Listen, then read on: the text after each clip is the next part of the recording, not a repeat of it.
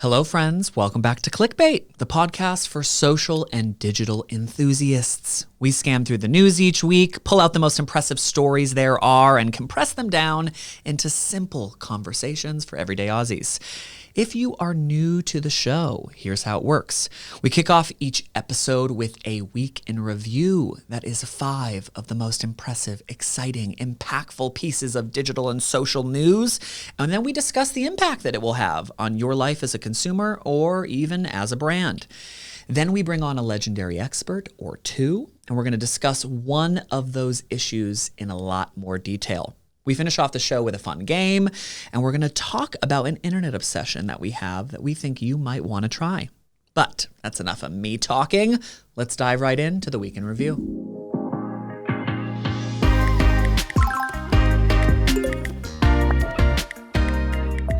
Okay, let's get this party started. Topic number 1. TikTok's latest controversy involves ISIS.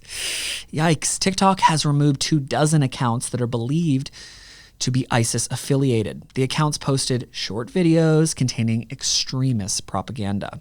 The company is dedicated to continuing to flag extremist content, but has reinforced that this isn't an issue just for TikTok. This is an issue for the entire social and digital landscape. My primary concern, especially as a father, is that young people, the primary audience on this platform, are interacting with this content without really even knowing that it's propaganda at all. These extremists are using the music, using the filters, using all of the information they have at their fingertips to make sure their message is connecting with consumers. So that's something we need to be aware of. But TikTok brings up a really good point, and I'm happy that their spokesperson was able to jump on it. This is not a TikTok issue. Yes, everyone is focused on TikTok, but this is an issue that the entire digital landscape needs to be really focused on. This should not stop you from watching videos on the platform. This should not stop you or scare you from using social. You just need to be mindful, and hopefully the platforms will continue to evolve. Our second topic is the fact that Mark Zuckerberg has laid out Facebook's plan for protecting the 2020 election in the States. Facebook has just launched Facebook Protects. It's in response to the 2016 election. I'm sure you are all aware there was a lot of controversy around all of the social content that was pushing consumers down one path or another. Zuckerberg has confirmed that he now has a team of 35,000 people working on security and safety on the app, and they have already removed 45,000 pieces of content that are going to discourage you from voting. So if that doesn't make sense to you, basically in the past, there have been ads that are running that would tell you maybe not to vote at all, to be afraid of the political system, which is obviously a huge issue, especially if you believe in democracy. This is not just an American issue. This is an issue that everyone in every country should be weary about. One president in America can have a potential impact on every single country and the way that we work together to sell goods or even communicate about important issues. So as a consumer, this is another important issue for us to kind of pay attention to. We need to be weary of the content we're consuming. We need to care about what our politicians are doing, pay attention specifically when it involves digital and social rights and issues. And we need to hold our platforms accountable. If you're not happy with the content you're seeing, you need to flag it. You need to hit the kind of ellipses at the top of the page, a little ... You need to report issues that matter to you most. The third topic is your smart speaker eavesdropping on you. The Verge has just recently reported that a new vulnerability affecting Google and Amazon smart speakers could be allowing hackers to eavesdrop on your conversations. I'm just going to jump right in here and say, this is the reason I do not have a smart speaker. I am in that camp of people who are very nervous that people might be listening to my incredibly important conversations that I have with my 2-year-old son. But this is probably a demonstration, not just of the vulnerabilities of these platforms, but why consumers are so concerned. Because, you know, this Alexa example that this particular Verge article highlights was all because of a horoscope skill. So you're downloading this horoscope skill, you just want to hear your daily horoscope, and then when you do say stop to your Alexa app, unfortunately, it doesn't listen to you and keeps on recording. This is another really great example of, should you stop using Alexa? No, but should you be aware that this is a possibility? Absolutely. You need to be keeping your privacy and your security at the top of mind, whether it's on social, digital, or any tech device you use. Topic number 4. Say goodbye to the plastic surgery insta-filters. We're going to talk about something a little less traumatizing, okay? Just a little more fun. I know those first 3 topics were quite serious. Spark AR, the company that we have to thank for all those filters that shrink our noses and reach our cheekbone filters, has just announced that those filters, those ones that might make us feel a little bit uncomfortable with the way that we look, they're going to be filtered out. They're going to discontinue. They're also stopping any development of those apps that are being worked on currently. This is a huge win, especially for mental health and body dysmorphia advocates who are trying to make social media a safer place, especially for young people. I don't know about you guys, but I feel pretty good about this. I want to be able to experiment and play around with fun AI, and I want to lose myself and turn into a cat. But any filter that is saying you don't look good the way you currently look, so let us change the shape of your face, is probably not something we should have on social media. But that's just me. And finally, topic number 5. Hyundai and Kia have developed 10,000 driving modes for cruise control. This is so cool. Cruise control is getting some pretty extreme developments, and it's actually based entirely on your driver experience. So this new hardware, it's called SCCML, Smart Cruise Control Machine Learning. And this new system will include 10,000 driving patterns that influence how your car reacts to different speed and different situations, and it's completely based on your own personal driving habits. We're going to talk about this in our deep dive, so I don't want to get too much into it, but basically it's kind of cool, and this is my personal opinion, that these technologies can adapt based off of your personal interactions with the technology. If I'm driving and I drive differently than, say, my partner does, I want to know that if this is going to be a driverless technology in the future, that it has the ability to kind of bob and weave with me as I drive. Okay, guys, let's jump right into our deep dive.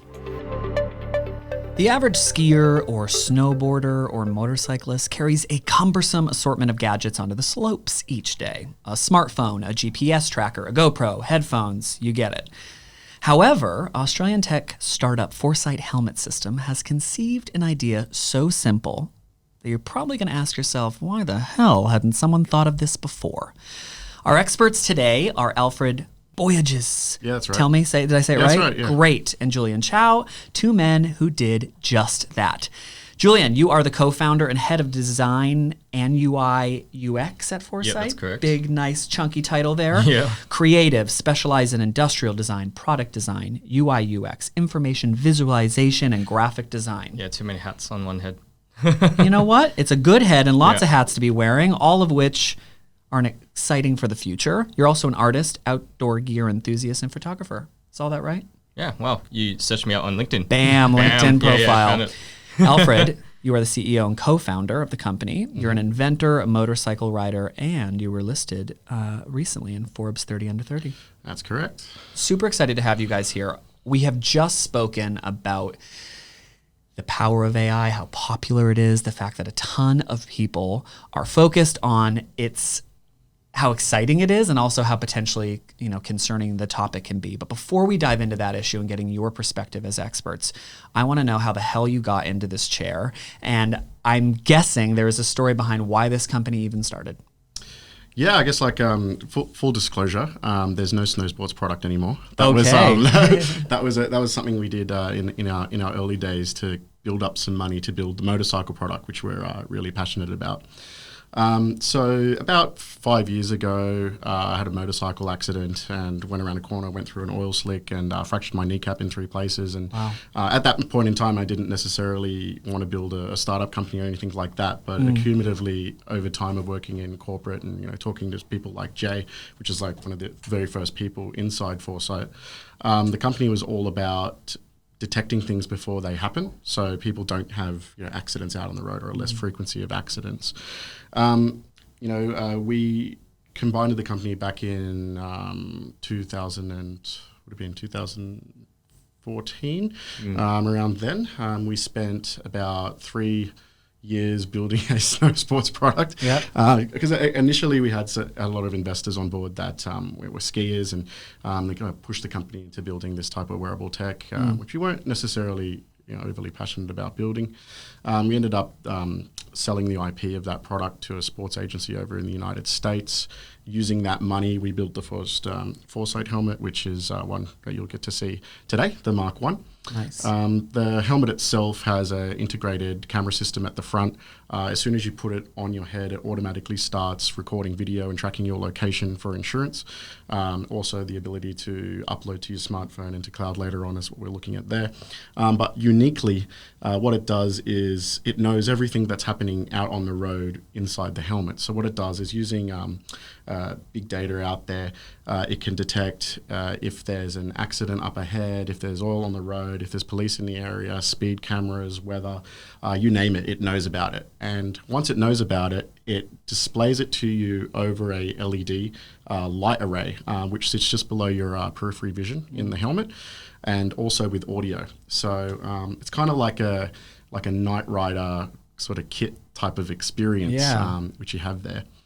We launched the company about a month ago now. We've been about a month and a half ago. We sold this first 700 units in 48 hours. Wow. We continued to sell out of the product within the next couple of weeks, touring around Australia.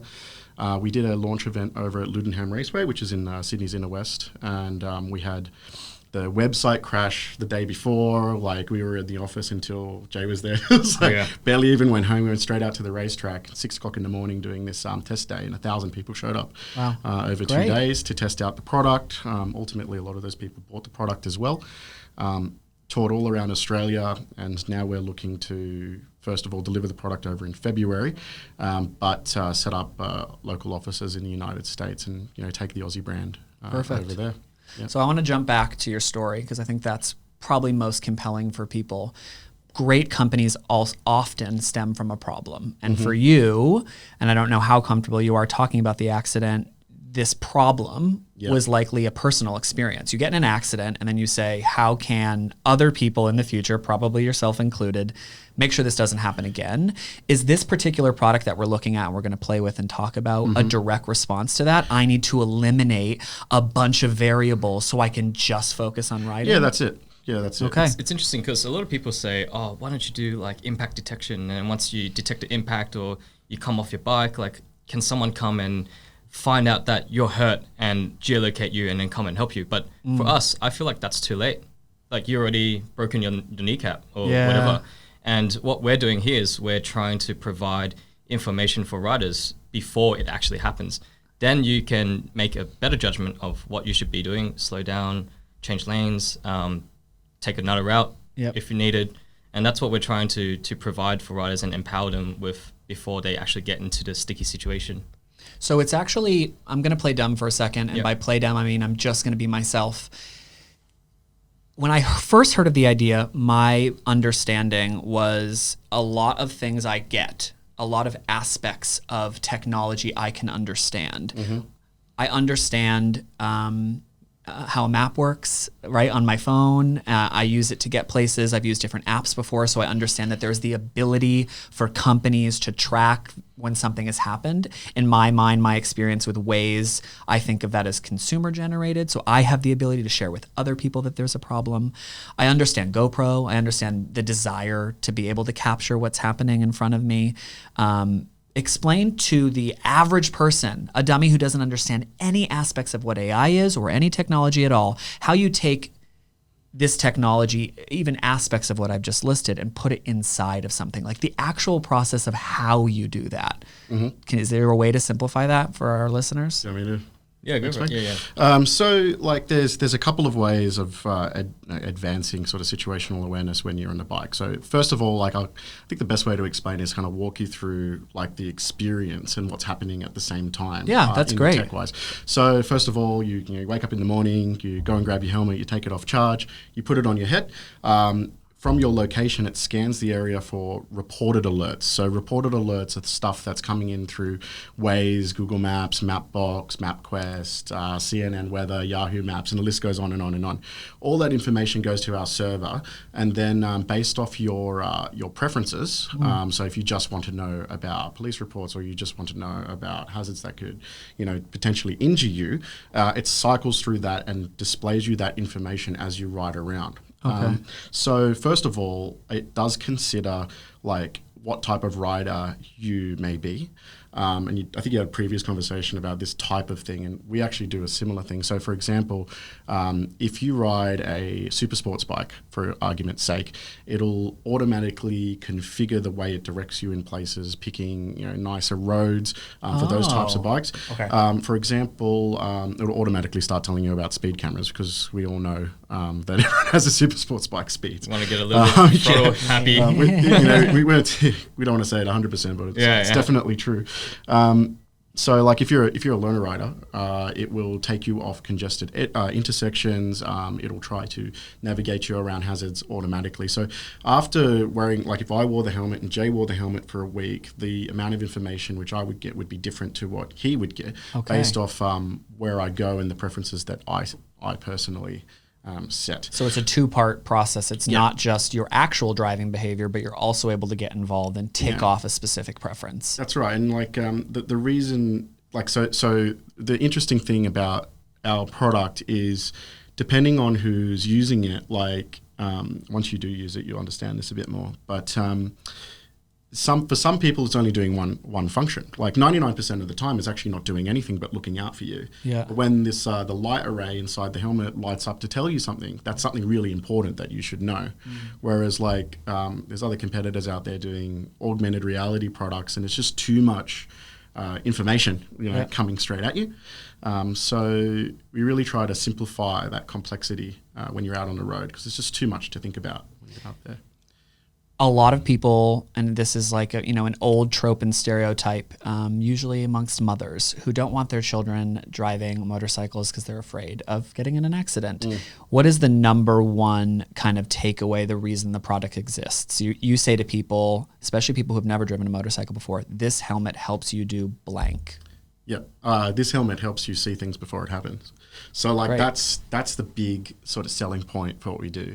Like it's a totally new type of functionality that hasn't been seen in any other motorcycling good in general, and it's really something that's needed. Like when you're on a motorcycle, looking down at your phone is very difficult, right? So we need a unique way of giving information to motorcycle riders that is both cohesive but intuitive for speed, for use at speed. Yeah. So that's what the product does. And also trying to pass through a standard which is called the homologation test. So if it is interfering within a field of view of the helmet, then it gets deemed as a fail. So we need to design within the restrictions and also be able to play within that boundary of the field of view, so that we're not interfering with the standards, and as well as being able to be inclusive of a technology that people can understand very easily. So the light bar was something that was just very intuitive, light patterns, flashes, colors. Okay, let's So I actually have right next to us one of the helmets. I'm going to toss it on my head, and is that cool? Yeah, pull the straps down as you put it on. Okay, guys. Hopefully it fits you. Yeah, cool. It fits me perfectly. Oh, sweet. Okay.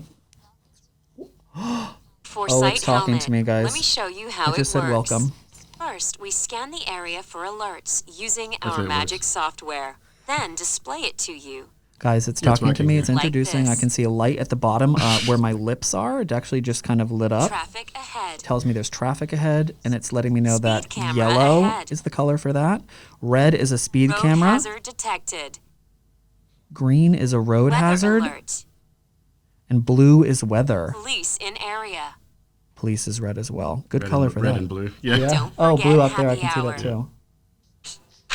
And I can hear music right now. Now this Yeah, is happy nice. hours at 5 o'clock each day if you We wear the can helmet. It help tells you you to navigate. and lights Turn up left. Wow. navigation. Turn right. So it's talking me through navigation You're right also now. watching out for bad drivers. Can you guys hear this? Video recording. And video recording. Now Video that I've shown you recording. the ropes, let's hit the road. That's it. That's the demo. Yes. Brilliant. Let's hit the road. It ends it. Yep. Okay. So you can take it. You can take it off now. It's all I don't good. want to though. That's the thing. This is great. Yep. So this is an industry that has a lot of attention on it, AI specifically, but tech startups. I want to know, a lot of the listeners are a big part of this digital revolution. They're working in it for the last 10 years. Specifically, I want to talk to both of you about, could you have prepared for a career like this 10 years ago? No, I don't think so. Could you have prepared for a career in this 5 years ago?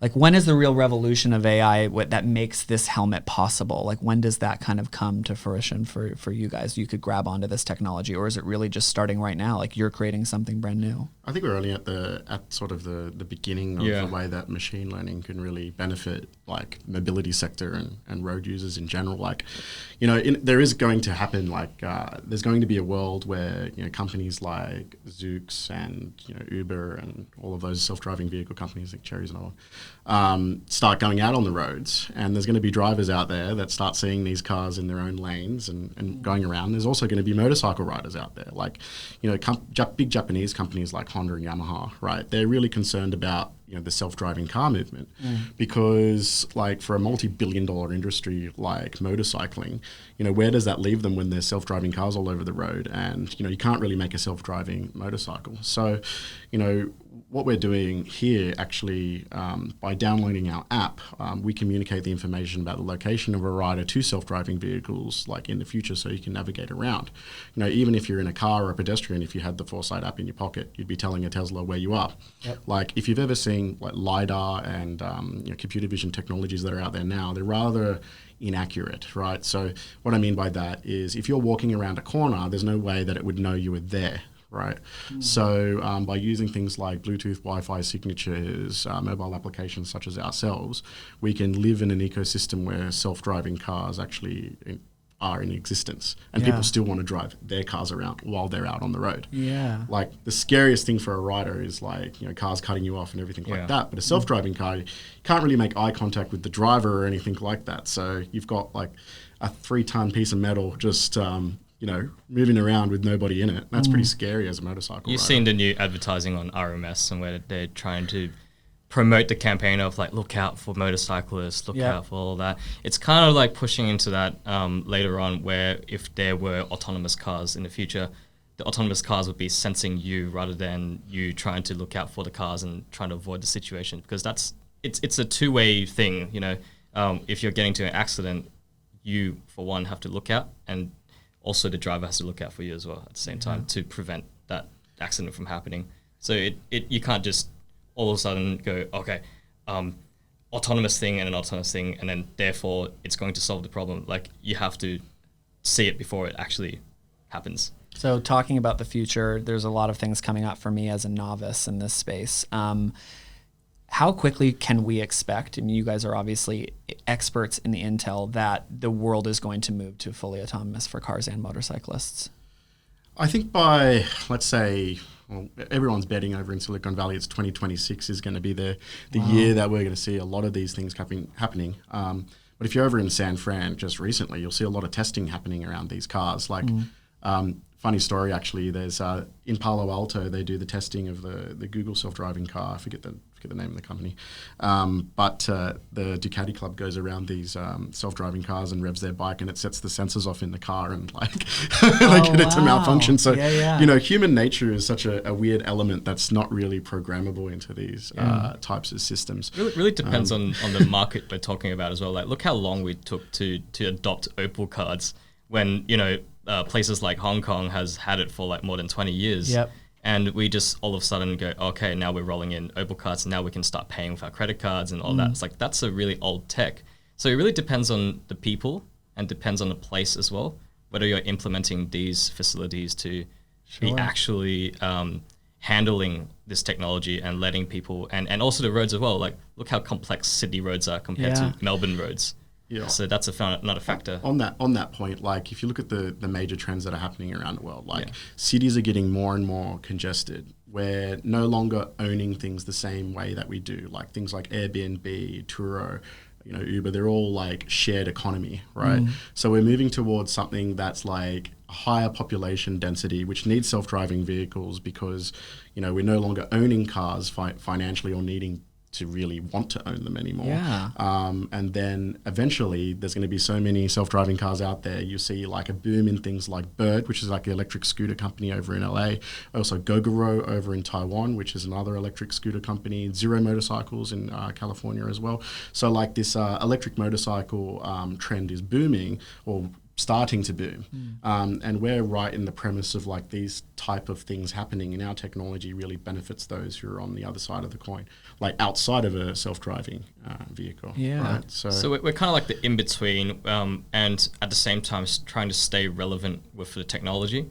Sometimes you roll it out and people just don't understand it. They get scared of it. They avoid it. Yep. And therefore you're not going to intercept that market that way. So we're trying to pare it down as much as possible, but still having that element to be easily understood. So it's something very simple like waking up in the morning and our app tells you that, look, it's raining. Let's get some rain gear on you, or let's just avoid riding today. Yep. Because it's going to be dangerous.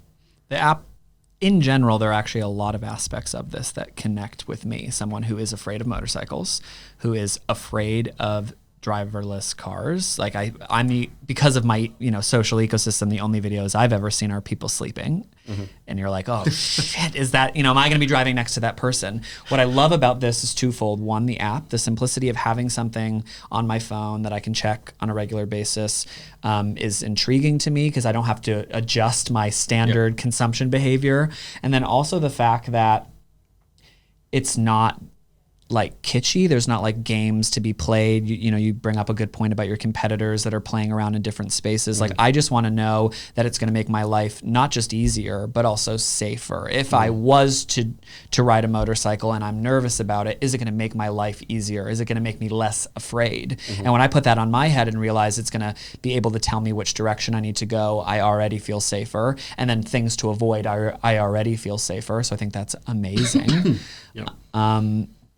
And my gut says the fact that it is also fun, the fact that there is someone speaking to you, and the fact that there are colors is going to, potentially persuade some new people in the game that it's exciting to try on. Imagine it kind of like a co-pilot that's just hanging out with you. Oh, I and love that. He's kind of just on the back, and he's not interfering with what you're doing. You're just enjoying the riding experience. It's a very visual thing. Like it's just taking the corners, going around the curves, and just mindlessly let yourself go in that moment. It's almost like a meditation. So we don't want anything that intrudes into that, but helping you guide through and make the decisions right on the road.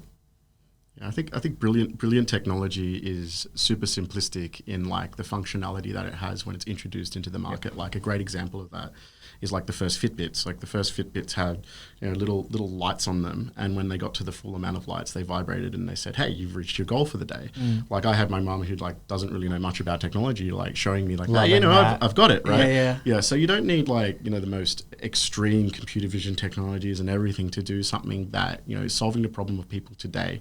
Like sure, as a company, we do want to do more AI and computer vision and everything like that. But how do you convince someone who's like 45, 50 years old, BMW motorcycle, to try out this technology and start on this trend towards like the future, which is where all the self-driving cars come out. Sure. And it's with something really simple.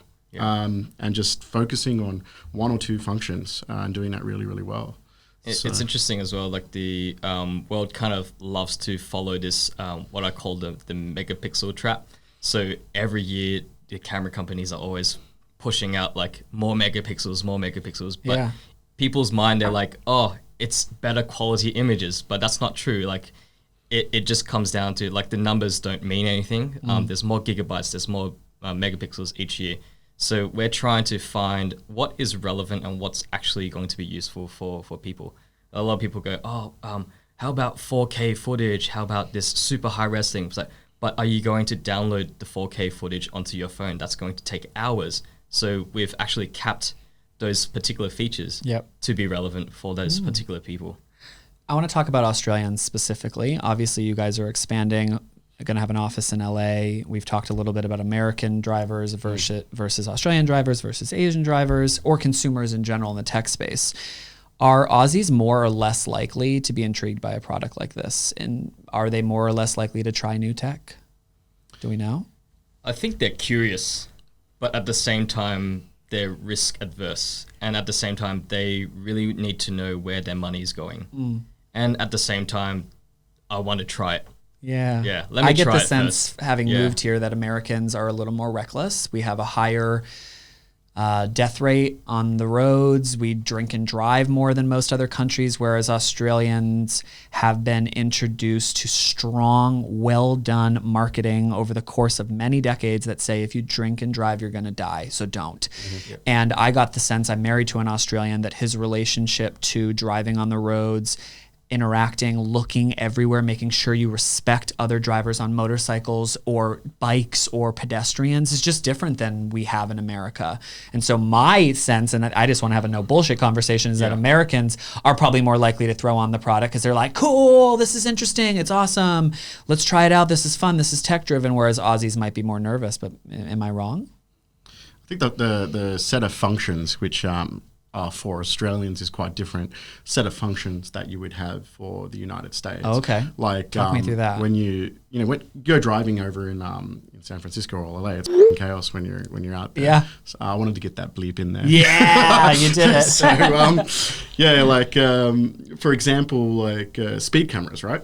So speed cameras exist in Australia, but they don't really exist that much in the United States. True. I've been getting away with murder for decades. Yeah, like American drivers and riders are more concerned about someone else hitting them because like everyone just drives chaotically than getting pulled over by a police car. So That's right. Our function set and the way we market our product is more about watching out for things before telling you things. So it's actually the same product. It's just we push functionality around, right? Like navigation is still difficult. Communicating, these actually do peer-to-peer communication, so you can talk to one another. Okay, so if you're in a group of friends. Yeah. So it's that social element, recording things that are happening around you and tracking that, which is more appealing to American riders and drivers versus Australians, right?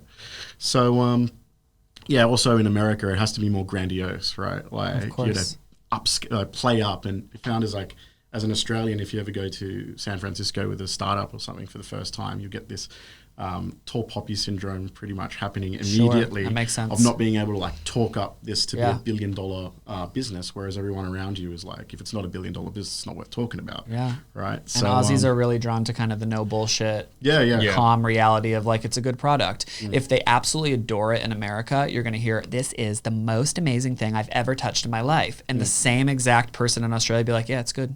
Yeah. It's real good. Yeah. And there's, I enjoy that about Aussies. I actually think it's like really compelling.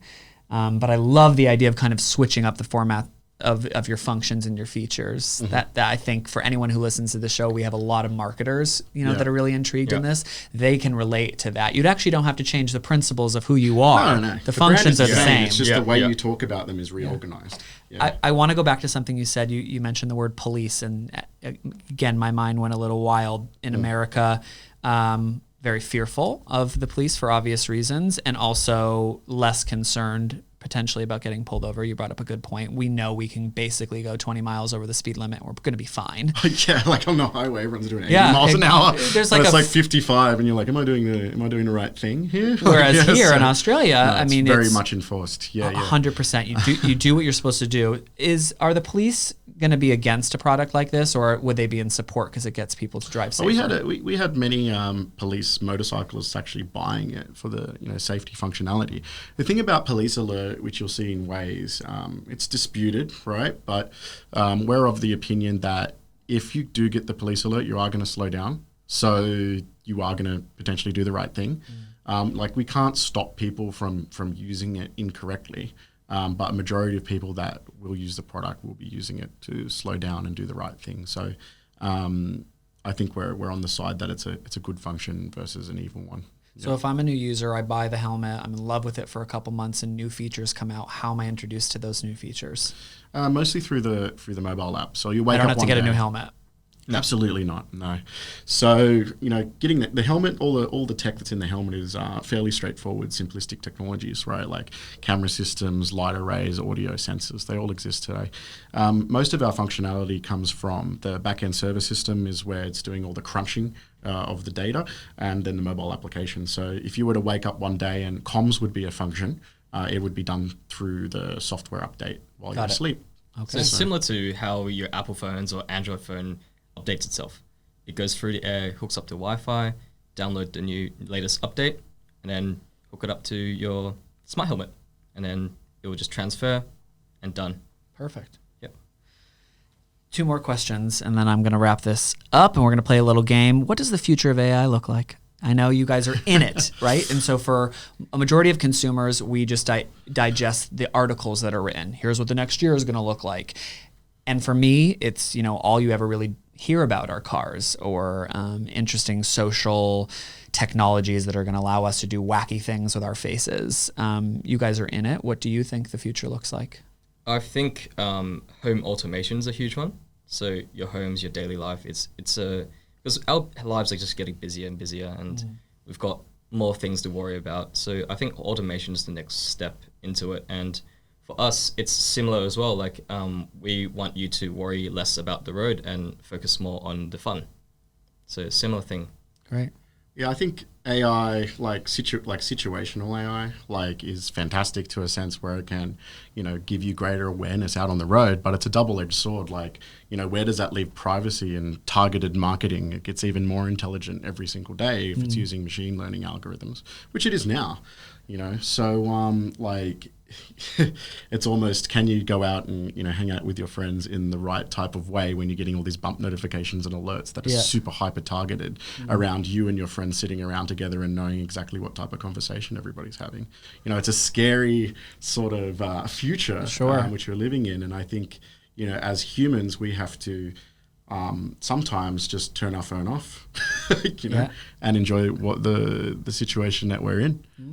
So privacy is a big one for me, and how that evolves with the introduction of AI. I mean, you bring up a really interesting point. It was actually my last question about should we embrace AI?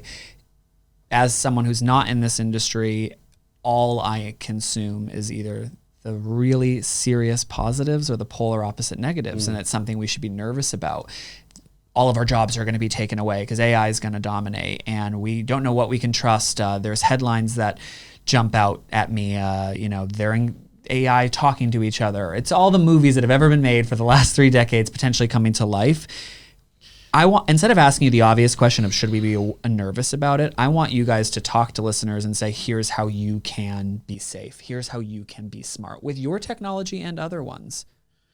Yeah, I think, I know, I say limit the use of social media is a weird one, but no one's ever going to do that. So you can't be somebody who sits in a room with a full hat on and I don't want anyone to get my data because frankly speaking, unless you're a super important person, no one really cares about your data. How many conversations are you having with your mother at your home that people want to listen to? You get targeted by advertising, just don't buy those things. It's going to happen, right? I think the benefits for AI will outweigh the amount of bad things it can do through social media and targeted marketing. For example, being able to integrate neural networking systems onto SpaceX rockets to help us get us to Mars and things like that is fantastic, but it doesn't necessarily affect us today. So you've got that big company AI, which is self-driving cars, rocket ships, and all those really cool things, but down on planet Earth, so to speak, the average Joe is getting bombarded with AI through social media. And I think in order for them both they have to both coexist in a way.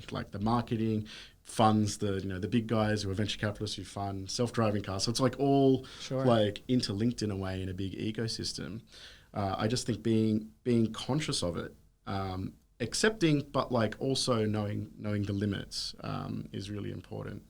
It's going to happen. There's no you can be against it all you want, but there's billions of dollars being pumped into AI. I think permissions is a huge one. You as a human have the right to either allow or don't allow them to take your data, or your information. Like you have to have a choice, and the company that's providing you with the services should provide you with the permissions and ask you for your permission before they just do whatever they like with your data. Are you saying that we should be reading those things before we say yes? To a certain like As most people certain rate don't, of right? attention, but you know, like loads of people won't really care. Yeah. Like myself, I don't really care because I'm not like hugely valuable, or I don't really mind because it's just information, a little bit of information about me. But I think for the people who actually care, I think they should be given the ability to allow or not allow. It's the permissions thing. I'd go a different direction. I'd say more around, like, they're going to take it anyway, I feel. Like, even if you say yes or no, there's going to be a lot of data that's leaked through metadata on your phone that you don't even know about. Sure. Right? And you can opt in, opt out. It's going to happen, right?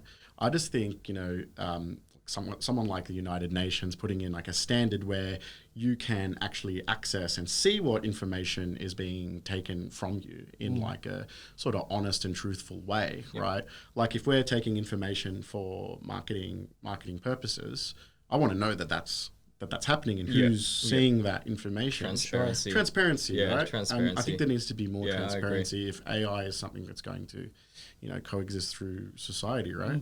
We talked about in the upfront of the show also that it's not always the platforms that are the problem. It's the third-party platforms. It's ISIS wanting access to TikTok users so they can push propaganda, or it's not Amazon that's doing the listening. It is someone who's created a skill that you upload thinking it's a horoscope skill, and then they have the ability now, because you've uploaded this fake skill, to infiltrate and continue to listen to you.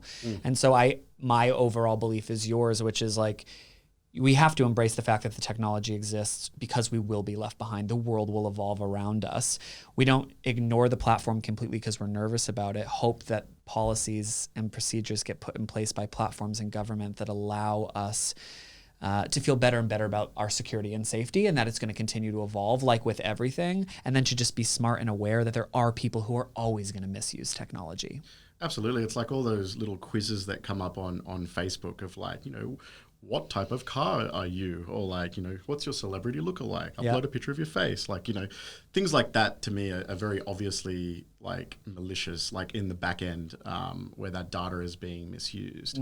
But, so many people like use them. Like just by spreading the word that you shouldn't use these quiz things will stop like a lot of this kind of malicious attack happening in the back end, like the ISIS stuff, right? So I think we need better educations in like high school almost about things that we should be, putting our data towards and things we shouldn't be.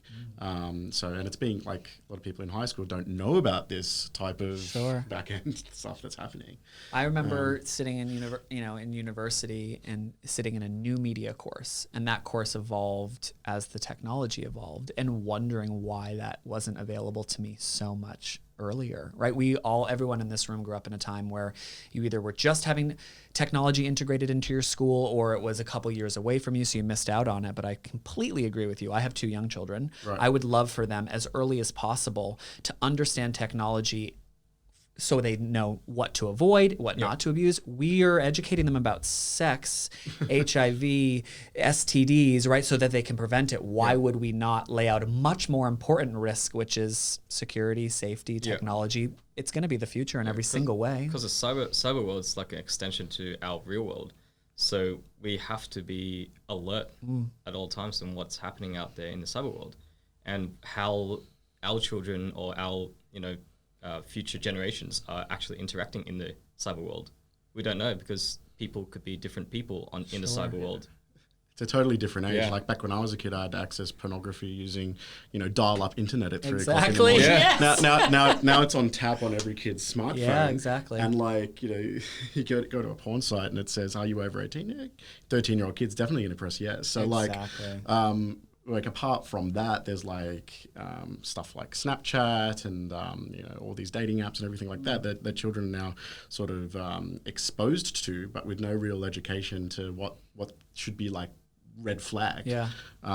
So it is a digital age. Like my nephew can use most of the apps on like his iPad, and can barely like almost write properly. So it's like this is the age that we're growing up with, and it definitely needs to be more education around it. Couldn't agree more. I feel like when physical war is a concern for your country, historically, governments have introduced preparation, avoidance, education in any way, whether it's across marketing materials or physically in schools. We're going to teach you what to do in case this happens. And we now know that the definition of war has evolved and that our war that we're more concerned about now is happening digitally. So why would we not then focus on here's how you can be, safe? But I think we're all agreeing there. Like spreading fake news and all that. Yeah, like you said, propaganda as well on the internet and twisting how people think. Like that's really scary as well. We need to be prioritizing educating. Everyone knows that the future is getting kids hyperware conscious and involved and interested in coding. So it's just how can we take that one thing that I think most parents are like, yeah, that's the future, right? My kid should learn how to use tech in a really big way and just evolve it. So it's more about this is the world. Here's what you should be worried about. Yeah, and we should be fact checking. Yeah. So what we like to do is we like to play a game, and I like to make sure that game, this is podcasting, we're trying to have fun here, is relevant to the people we're speaking with. So what I did ahead of this conversation is I went online and I typed in AI and I went to the news section. Right. And I looked for headlines. And then what I did is I threw in some headlines that might be fake. So I'm going to read you guys some headlines that may or may not have gone live from reputable news sources or not reputable news sources, I have no idea, in the last 30 days. And you guys are going to tell me whether or not it's real or not. And this is focusing on an issue that I think we've talked about and made quite relevant here, which is the news does a really great job of making people super nervous or educating them perfectly normally, but it gets a bad rep. And I just want you guys to see if, how aware you are of whether or not the news fake is news thing was a good fake news. Yeah, exactly. That was a good So you're just going to say true. Yeah. You're going to say true or false, okay? Can I say bullshit? No. You can say bullshit. Okay, yeah, cool, do it. Okay. Headline number 1. The robots wear Prada. What happens when AI starts giving out fashion tips? Is that true or false? Is that a headline? I think that's a headline. Yeah, I think that's a real headline. It sounds true, but it's a pretty sucky headline. It is true. I didn't write it. It's quite terrible. No, that is real. I think the Sorry for iconic parody. ASOS and all that. I think they're trying something like that already. Like they're sizing you up, they're measuring you up already digitally. Yeah. They're looking at what clothes you click on, what colors you like. Sure. I think that's already happening. Yeah, it's definitely real. I think AI, people like to put themselves in boxes, and if you put yourself in a fashion box, then you're like, well, this technology wouldn't be relevant to me, and that's just clearly not the case. How would an AI even know how to dress you correctly? It doesn't even wear clothes, right?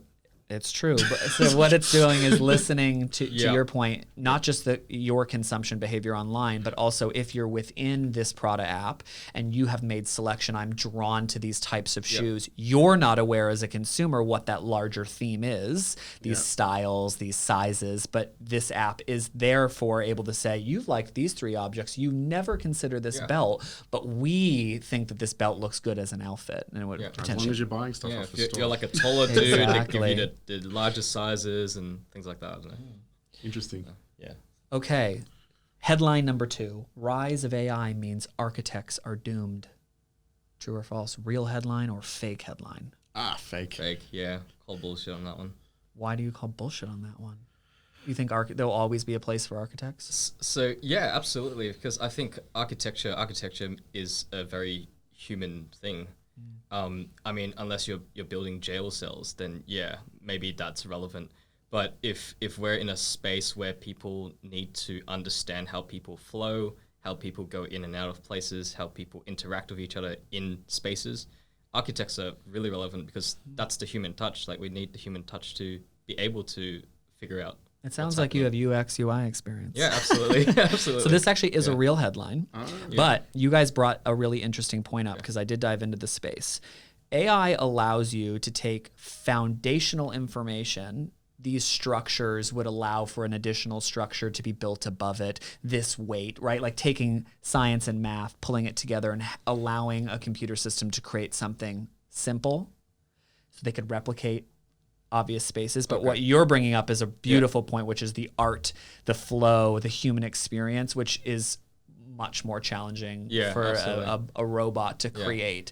But I guess architects of the future might then replace kind of the more junior.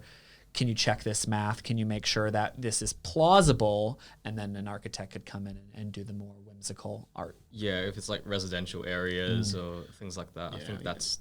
It was a trick headline. They've done a good job here, a clickbaity little. Okay, I'm going to do one more.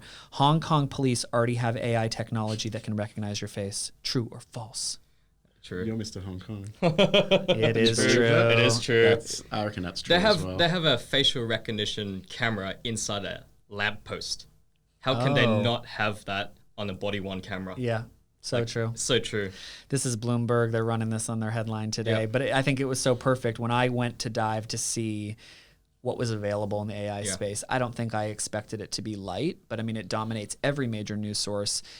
Yes, it gets you to click because it's interesting and it's exciting and it's the future, but it's also just across the whole wavelength. I mean, the lawyer profession, they're considering ways to bring AI, which is great. It is so complicated to know exactly where to look for every piece of potential law and information. So if lawyers had access to that information, that's a great future for that career. Facebook AI robots have been shut down because they're starting to talk to each other. It is pitched to get you to click to be afraid, but then you realize that companies are putting systems in place to really figure out how safe AI can be. And then AI also allowed, I always want to end on a positive note, a paralyzed person to write with their mind. That came out today from Science Magazine. So there's really beautiful, exciting, futures ahead for all of us. Awesome. Okay, so last thing is we always like to leave on a positive note. We have people who listen to this that are enthusiasts of the social and digital space. I'm going to put you on the spot. I'm going to go first, give you a couple minutes to think. What are you obsessed with this week in the internet space? So it might be a new piece of news or a technology. My obsession this week is that just before we went live today, we saw a new update on Instagram that allows all of the stories that mention our names to collate at the very top of your Discover tab, or I guess whatever that tab is called. So I logged in this morning. I went to the activity tab, and at the very top, it has all of my stories in one place, and it allows me to see how many people are mentioning me. I'm obsessed with social media. I'm obsessed with Instagram. I know a lot of you are as well. And so I kind of like that new simple update that is making my activity feed less crowded, and it just pulls it all into one space. It also is capitalizing on the popularity of the platform. They know that stories are doing quite well. So any opportunity they can have to add a new feature that excites a user is probably something that's going to go over well. So for me, that's something I'm excited about, quite impressed. Instagram continues to impress me with their new updates. That's what I'm obsessed with. What are you obsessed with, boys? You going first, Jay? Or I'm not really obsessed with much, but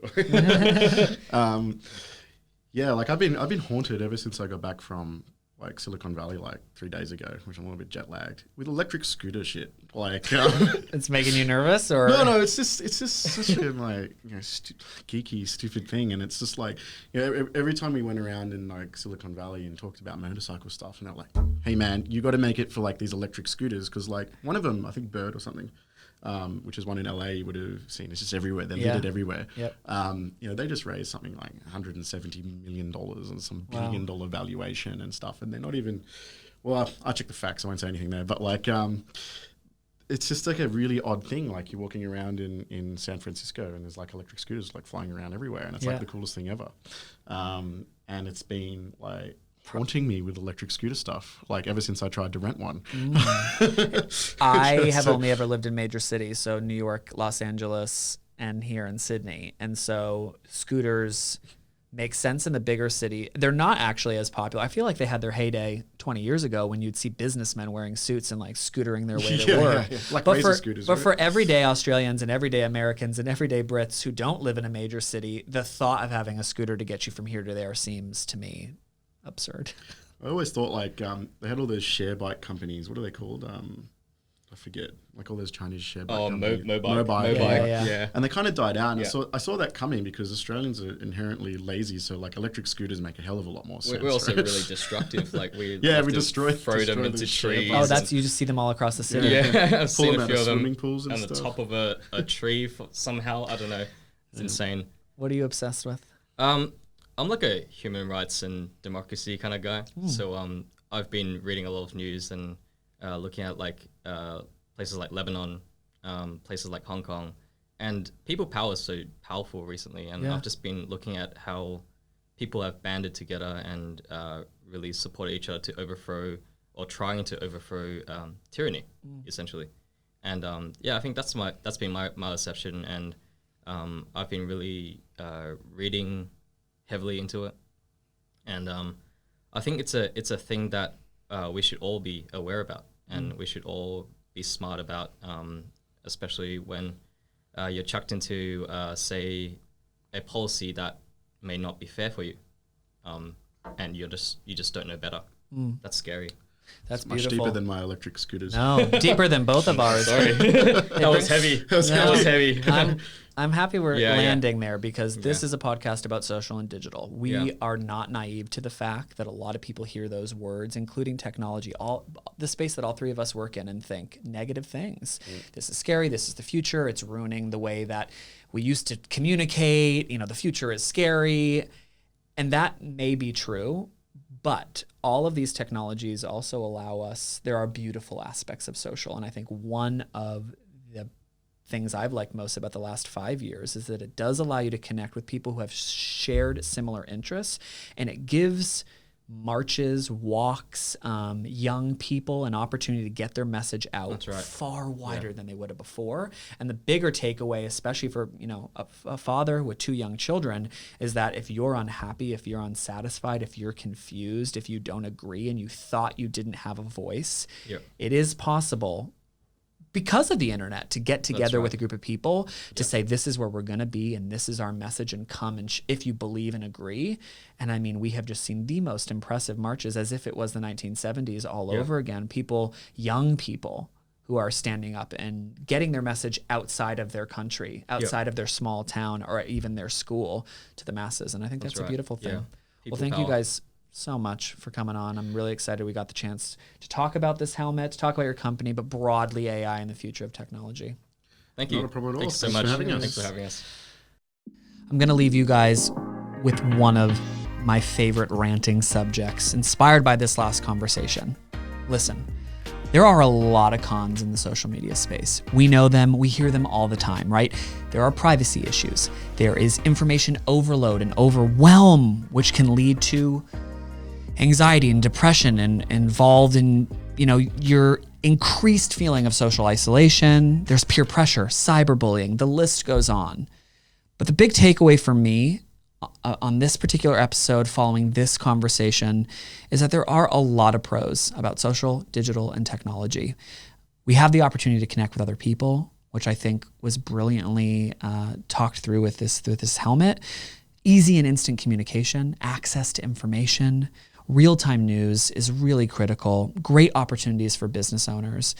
And most importantly, for young people, an opportunity to express yourself in new and exciting ways. Look at this conversation. Look at these men using their strengths to build something that is going to make the world a safer place. And for me, I'm going to walk away feeling just a little bit better about this wild digital world. That's our show, friends.